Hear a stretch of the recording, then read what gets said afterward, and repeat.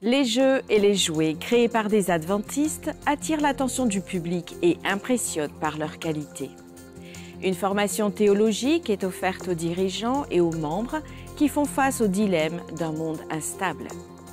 Dans la division interaméricaine, la mission adventiste s'étend parmi les peuples autochtones et les migrants. Des adventistes de Madagascar à la Zambie traversent des frontières et apportent l'Évangile à des communautés parlant plus de 70 langues. L'Église adventiste du 7e jour progresse dans des régions marquées par la sécularisation, les conflits et les tensions en Asie du Sud-Est. Les dirigeants de l'Église se réunissent à Saint-Louis, représentant des millions de fidèles dans le monde et élaborant des stratégies pour apporter de l'espoir à chaque coin de la planète. Les coulisses et les moments forts ici sur ANN.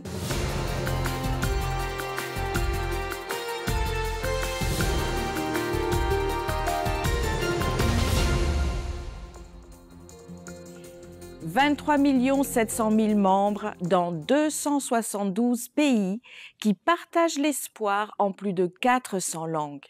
Lors d'une autre journée de l'Assemblée générale, cette portée mondiale a été présentée à travers les histoires des missionnaires, les stands animés et les décisions administratives qui orientent le travail de l'Église à travers le monde.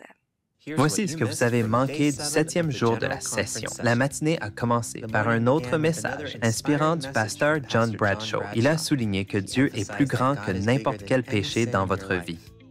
Votre problème n'est pas que votre péché est trop grand. Votre problème est que votre sauveur est trop petit. Trouvez-vous un meilleur sauveur, celui qui est mort pour les péchés, pour vous sauver, pour vous changer, qui est mort pour vous recréer, et il le fera.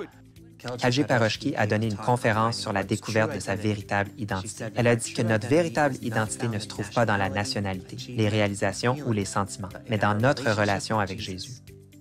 Lorsque nous trouvons notre identité en Christ, nous trouvons notre but dans la vie. Pas de notes, pas de commentaires, juste des écritures. Mike Ryan a présenté un sermon entièrement de mémoire en utilisant uniquement des versets bibliques. Je vis un autre ange qui volait par le milieu du ciel, ayant un évangile éternel pour l'annoncer aux habitants de la terre, à toute nation, à toute tribu, à toute langue et à tout peuple. Il disait d'une voix forte, « Craignez Dieu et donnez-lui gloire, car l'heure de son jugement est venue. » Plus tard, dans l'après-midi, d'autres personnes ont été élues à des postes de leadership. Le service de la vérification de la conférence générale sera dirigé par Robin Kujura. Les directeurs associés ont aussi été élus, ainsi que les directeurs associés de plusieurs départements de l'Église. Ceux-ci incluent la jeunesse, la santé et plus encore. Vous pouvez lire la liste complète des noms sur Adventist.news. La nuit s'est terminée par des rapports de 3 régions du monde. La première était la division Transvous. Vous pouvez lire la liste complète des noms sur Adventist.news. La nuit s'est terminée par des rapports de 3 régions du monde. La première était la division Transeuropéenne. Bien qu'elle ait le plus petit nombre de membres, elle est riche en culture, en langue et en idées de mission créative, surtout dans des sociétés très laïques. La division eurasienne a suivi. C'est la plus grande région en termes de territoire. Elle fait face à des défis géopolitiques uniques, mais elle met fortement l'accent sur le ministère laïque et l'implication des jeunes. Et pour finir, la division du centre-ouest de l'Afrique. Le territoire couvre 22 pays. Les jeunes représentent 85% des membres d'Église. Malgré la persécution religieuse, le rapport a mis en avant plus de 172 000 baptêmes au cours des 3 dernières années. Voilà les points forts du 7e jour de la session de la conférence générale. Une théologie qui forme, répond et transforme. Dans la salle de convention, les visiteurs voient de près comment l'Église prépare les pasteurs et les membres à faire face au dilemme d'un monde confus. L'Église adventiste continue de réaffirmer son engagement envers une théologie solide et accessible. En même temps, elle promeut une étude académique plus approfondie et fournit des ressources pratiques pour une vie spirituelle quotidienne. Donc, je suis professeur à l'Université Andrews depuis 1998, enseignant l'histoire de l'Église à de nombreux jeunes pasteurs, hommes et femmes en Amérique du Nord. Je considère l'histoire de l'Église comme un moyen de les préparer. Autrement dit, je l'utilise non pas comme une fin en soi, mais comme un moyen de les aider à devenir des pasteurs plus efficaces. Ils doivent comprendre comment l'Église a traversé différentes étapes dans son histoire passée et comment cela peut les aider à faire face aux défis et aux incertitudes de l'âge moderne. Le séminaire de l'Université Andrews présente comment il prépare une nouvelle génération de pasteurs aux défis du ministère moderne, avec une formation solide, une sensibilité culturelle et une profonde connexion spirituelle. Avoir une compréhension de l'histoire est une chose très importante. Je veux dire, si vous oubliez votre propre histoire personnelle, vous ne savez pas qui vous êtes. Donc, comprendre l'histoire de l'Église aide à les centrer sur ce qu'est le chrétien, ce qu'est le christianisme, ce qu'est l'Église. Et donc, nous prenons notre travail très au sérieux. Pour moi, ce n'est pas un travail. C'est comme un privilège et une joie de pouvoir participer à la formation des leaders, des jeunes leaders de notre Église. Au centre d'exposition, l'Institut de recherche biblique explique comment il aborde des questions contemporaines sans renoncer à la fidélité aux Écritures. Le christianisme dans son ensemble fait face à de nombreux problèmes doctrinaux et théologiques, y compris l'Église adventiste. Il n'y a jamais eu de doctrine qui n'ait pas de distorsion. L'objectif de l'Institut de recherche biblique est d'approfondir la connaissance biblique théologique tout en répondant aux préoccupations et aux distorsions qui surgissent. C'est un institut de conseil théologique à la présidence de la Conférence générale. Pour les pasteurs présents à l'événement, cette rencontre est aussi un temps pour le renouvellement de leur appel. Je pense donc que l'important pour moi, en tant que responsable religieux, est de comprendre que le contexte donne une perspective. En tant que membre de l'Église adventiste du 7e jour, ce qui est formidable, c'est que nous avons ce qu'on appelle la doctrine. Et cette doctrine nous aide à garder les pieds sur terre face aux différents problèmes auxquels nous sommes confrontés. Entre livres, écrans et prières, la théologie adventiste montre sa force à équilibrer excellence académique et passion spirituelle. Un investissement qui transforme les leaders et renforce chaque membre de l'Église. De Madagascar à l'Angola, de la Zambie à l'Afrique du Sud, des personnes de différentes cultures et langues se rassemblent autour d'un même espoir, le retour de Jésus. Dans les villages, les villes et les îles de l'Afrique australe et de l'océan Indien, les adventistes du 7e jour aident les autres à mieux connaître le Christ et cette foi transforme des vies. La division de l'Afrique australe, Océan, SID, est une région dynamique de l'Église adventiste du 7e jour, couvrant 23 pays en Afrique australe et les îles environnantes. C'est la deuxième plus grande région de l'Église, avec plus de 4,3 millions de membres baptisés.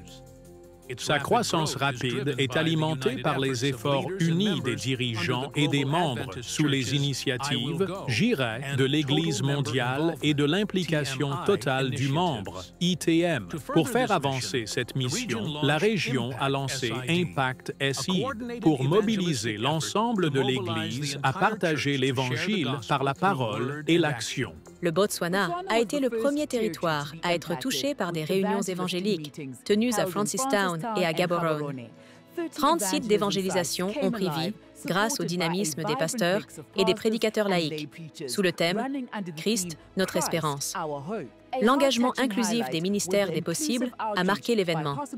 L'approbation de cette initiative par le gouvernement a confirmé l'impact croissant des ministères. À la fin de la campagne, 234 personnes ont été baptisées, dont 5 personnes ayant des besoins spécifiques. Impact Afrique du Sud s'est déroulé à Cape Town et dans ses environs. Plus de 50 sites d'évangélisation ont été établis dans la province du Cap-Occidental, avec une participation écrasante des dirigeants locaux et régionaux. Au Lesotho, le royaume des montagnes, les dirigeants de l'Union de fédération centrale du Zimbabwe ont participé à la campagne, aboutissant à 34 baptêmes. Au total, 428 personnes ont été baptisées dans l'ensemble de l'Union de fédération d'Afrique australe. En 2024, la Zambie est devenue le centre de l'une des plus grandes et des plus impactantes campagnes d'évangélisation dans la SID. Les unions de fédérations du Sud et du Nord de la Zambie ont uni leurs forces pour établir plus de 2000 sites d'évangélisation, mobilisant des pasteurs et des évangélistes laïcs de toute la division. Le secteur de la santé est essentiel à la mission de l'Église dans la région. En 2023, l'hôpital adventiste de Blantyre, au Malawi, a réalisé sa première chirurgie cardiaque ouverte, une étape qui souligne l'engagement de l'Église envers un ministère holistique, prenant soin à la fois du corps et de l'âme avec compassion et excellence. L'évangélisation par la littérature et l'implication des jeunes ont un impact puissant, transformant des vies et des communautés à travers le territoire. En Angola, le pouvoir de l'évangélisation littéraire change des vies. Dans la province de Kenine, plus de 100 membres d'une église apostolique, y compris un évangéliste de premier plan, ont choisi de rejoindre l'église adventiste après avoir lu la tragédie des siècles. Le message profond du livre a conduit à une décision collective d'être baptisés. La parole imprimée reste vivante, mais sous de nouveaux formats. Des Bibles en bande dessinée aux livres multilingues et aux plateformes numériques, l'expérience éditoriale montre comment la mission de la page écrite se réinvente pour atteindre un monde qui lit différemment. Dans les espaces des éditeurs adventistes, à la conférence générale, tradition et innovation se rencontrent pour accomplir le même objectif, apporter de l'espoir. En Espagne, Safelis, l'une des plus grandes maisons d'édition chrétiennes au monde, présente son impact mondial. Pacific Press mise sur de nouveaux formats et contenus pour atteindre des publics variés dans un marché en constante évolution. La maison d'édition brésilienne, qui est ici, unit tradition éditoriale et innovation avec des titres allant des leçons pour enfants, illustrés au contenu numérique et aux livres de croissance spirituelle.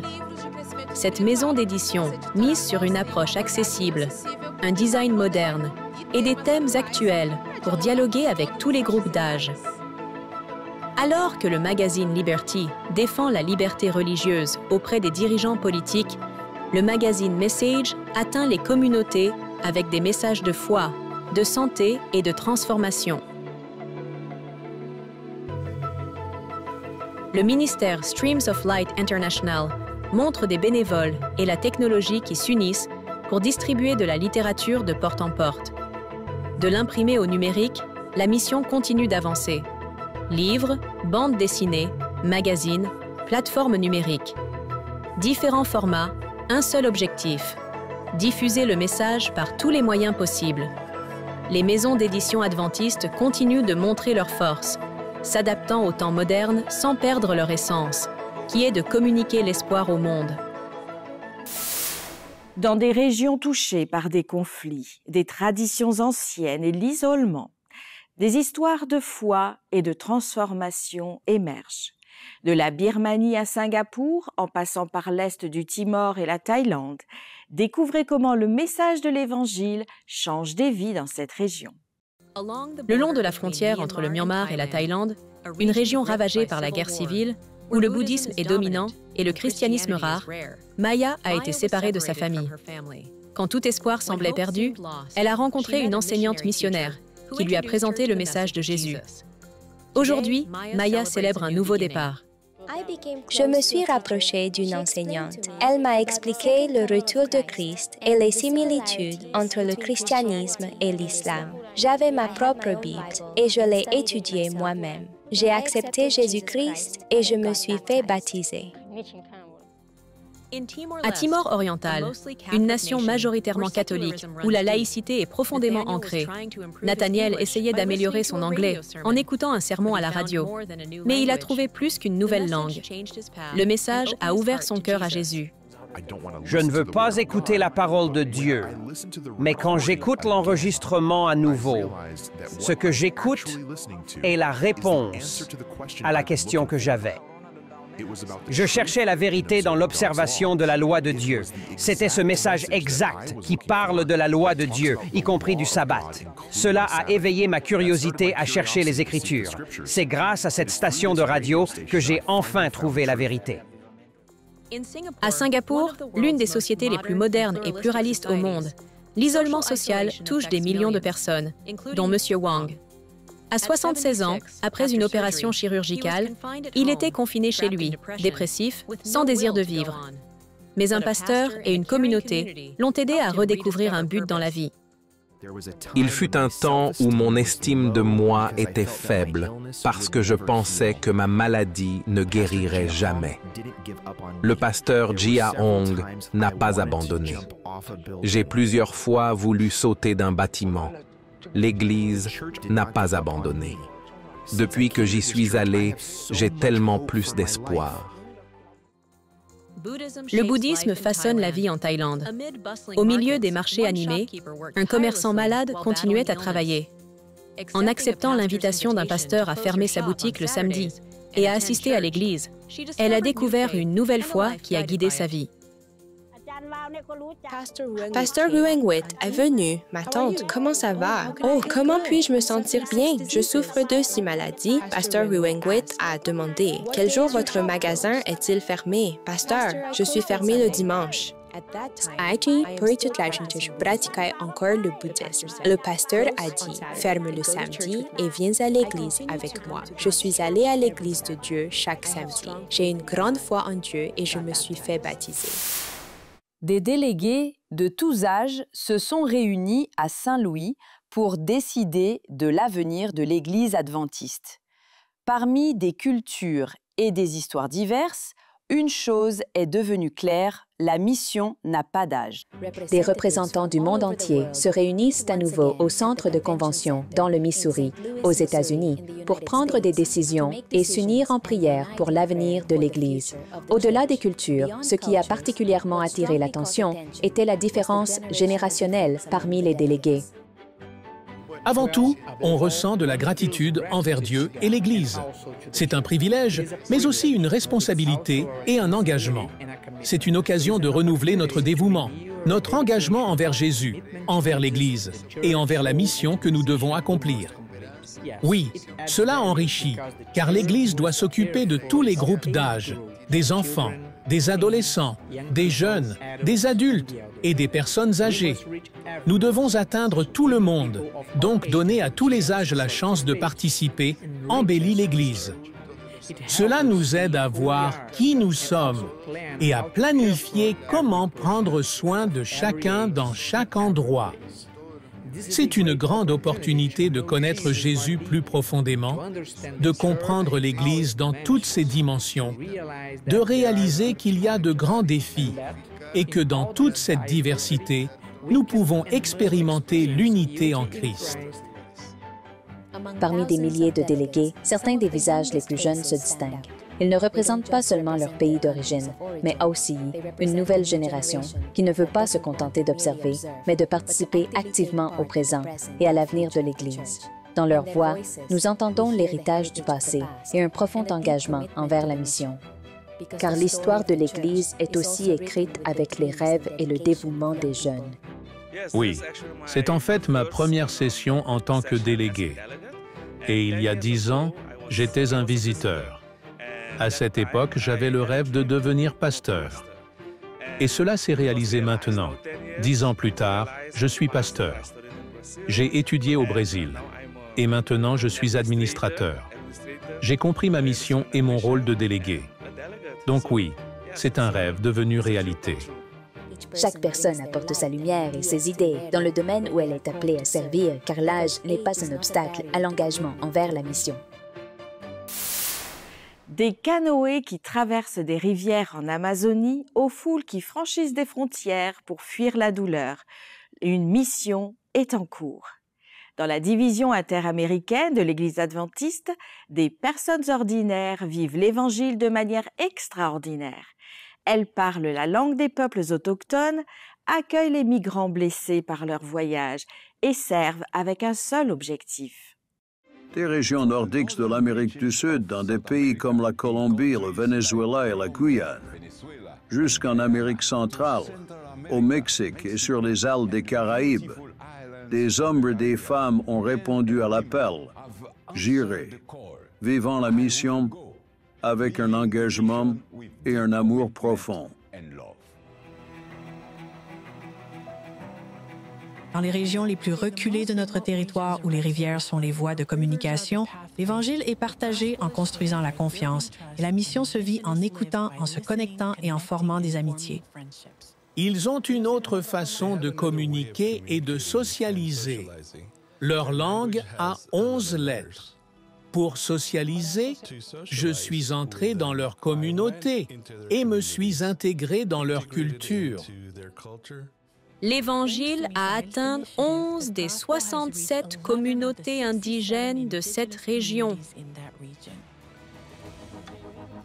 Roger Allen vivait sans but déterminé, mais il a expérimenté la joie d'une vie transformée en Christ. Lorsque Roger a compris que le retour de Christ mettra fin à la douleur, à la mort et à la souffrance, il a ressenti un profond engagement à partager la bonne nouvelle. Je suis devenu secrétaire, puis dirigeant, et j'ai commencé à jouer un rôle actif dans la diffusion de l'Évangile. Il a décidé d'étudier la théologie tout en travaillant comme technicien. Grâce à son amour pour Christ, plus de 600 personnes ont donné leur vie à Jésus. Dans les villes frontalières où des milliers de migrants passent, faisant face à l'incertitude, au danger et à la douleur, la compassion et le service deviennent urgents. La première fois que je suis allée dans une église adventiste, j'étais très nerveux. Il y avait ce groupe de jeunes qui racontaient des histoires bibliques aux enfants. Ils m'ont invité à un programme de santé d'Adra, où j'ai servi en tant que médecin. Des familles arrivent, des enfants, des adolescents qui voyagent seuls, des femmes enceintes, des femmes qui ont souffert d'abus pendant leur voyage. Lorsque de jeunes professionnels comme Tania intègrent leur vocation à un appel spirituel, la mission reste vivante. Chacune de ces histoires représente un aperçu de ce que font les membres de la grande armée de Dieu dans la région interaméricaine. C'est la passion de nos membres alors qu'ils vivent la mission plein d'espoir et d'engagement. Ainsi se vit la mission dans notre territoire, en étant de fidèles serviteurs du Seigneur à l'époque où nous vivons.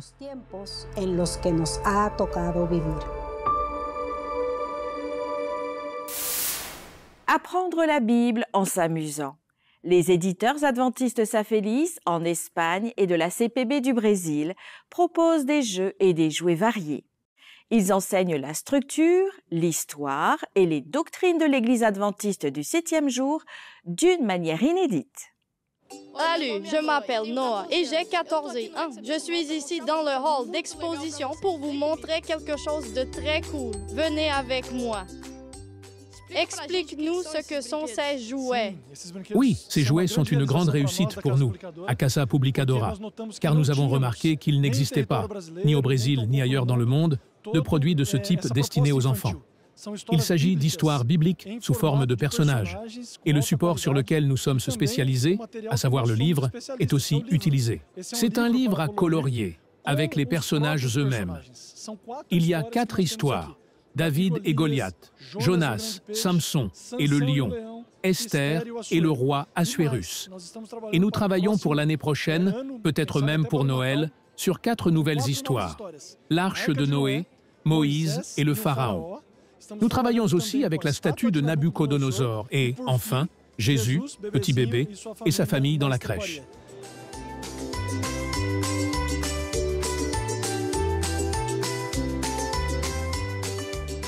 Salut, ça va? Quel est ton nom?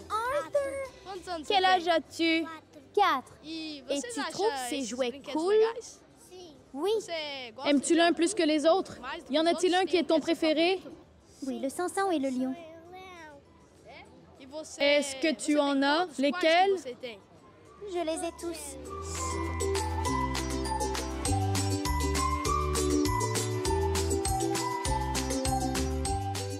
Nous avons pris environ 6 mois pour le développement, mais l'intérêt de la maison d'édition ne se limite pas aux jouets, mais aussi aux jeux. Nous travaillons sur les jeux en partenariat avec notre éditeur en Espagne, Safelis. Il y a donc un mélange de jeux très intéressants qui arrivent sur le territoire brésilien et, si Dieu le veut, pour le monde entier.